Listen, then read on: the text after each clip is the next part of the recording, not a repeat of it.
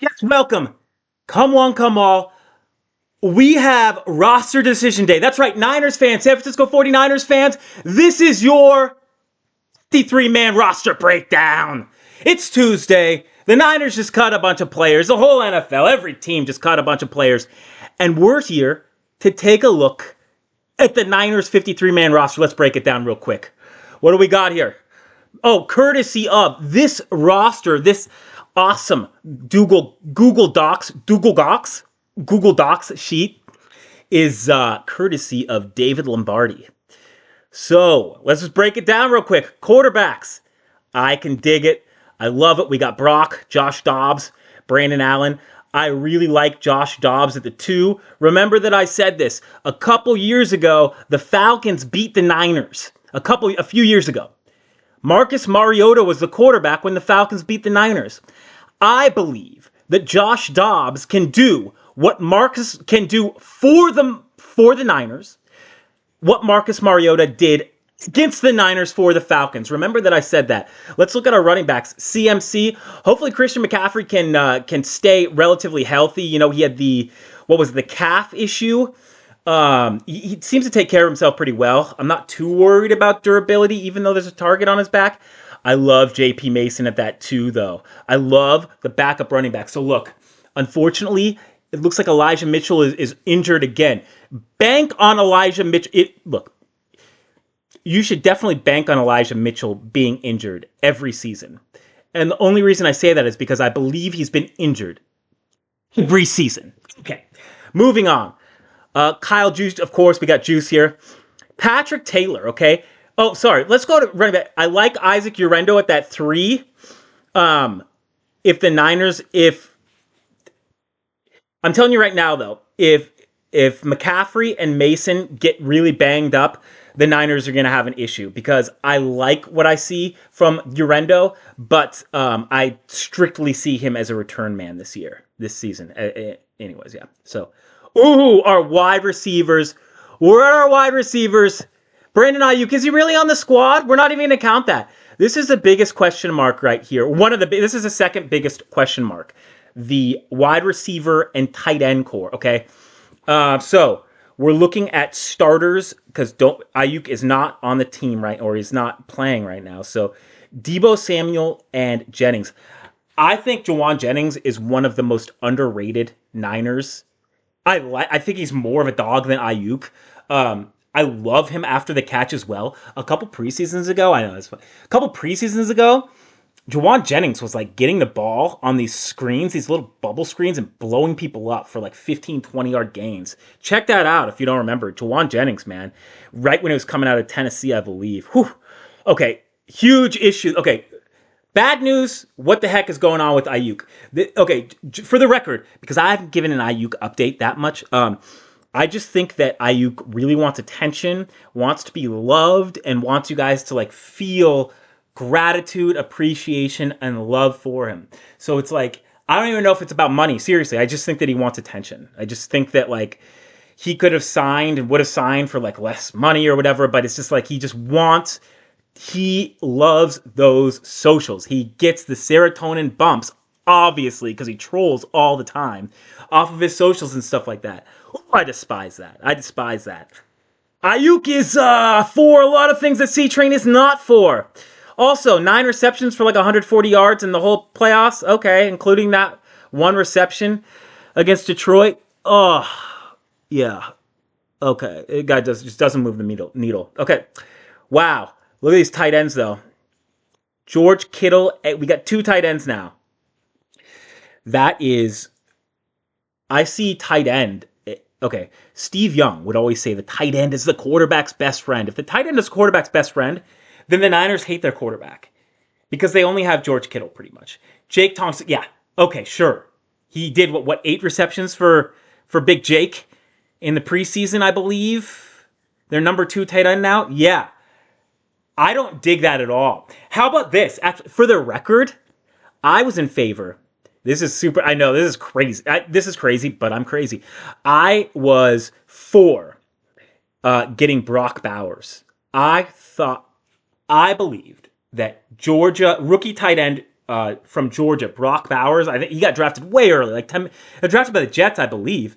I believe that Brock Bowers with George Kittle, that both of them would be Hall of Fame tight end. George Kittle's already a Hall of Fame tight end. I believe that Brock Bowers next to Kittle on the opposite side would be a Hall of Fame tight end in the Niners offense. So that's why I believe that the Niners not moving up and getting him was an issue, but that's fine. I mean, whatever. There's a lot of players in the draft who they didn't draft. It's fine. This is the biggest issue, though. We're going to the top of the screen. See where I'm jiggling the mouse? That offensive line is ghastly. I don't know how Brock Purdy is going to survive behind that offensive line, and I'm not kidding. Real quick, but I don't think he's going to die, but I think he's going to get injured. I think he's going to get hurt and hit a lot. If you are Robert Saleh, okay, if you are the Jets head coach, this is all you say. You say, look at those men up front. Look at the Niners players up front. Jake Brendel, Colton McKivitz, Jalen Moore.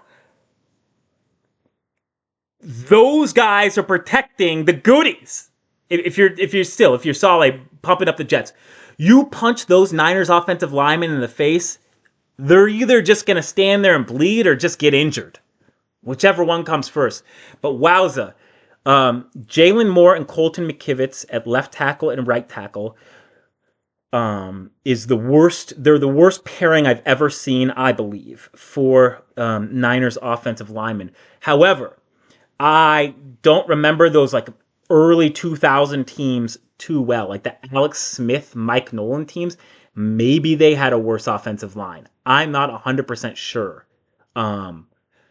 But it's just a gross, it's a gross error and misjudgment, miscalculation for the Niners not to have gotten any backups at tackle. It's just scary. Yeah. Oof. That is a little scary. That's a little scary. Okay, that's fine. They drafted a guy out of USC. It's either Kingsley or Kingston, and he got cut today. The Niners did. They drafted a tackle out of USC in like the 6th round. He's not there. I don't see how he can be any worse than Jalen Moore and Colton McKivitz, though. Okay. So this is a red flag. This offensive line is a red flag. It's an offensive line like this that will lose you a Super Bowl in a playoff game, just to let you know. I like Banks. I like Pooney. Don't really like anybody else, honestly. Honestly, it's just the truth. Spencer Burford had some potential, though, as well. So, I don't know. It's like, I guess we're going with potential now. I thought the Niners were like a Super Bowl contending team. For a Super Bowl contending team, that is not a Super Bowl contending offensive line. So that's very tough. They're going to have to make up for a lot. Okay.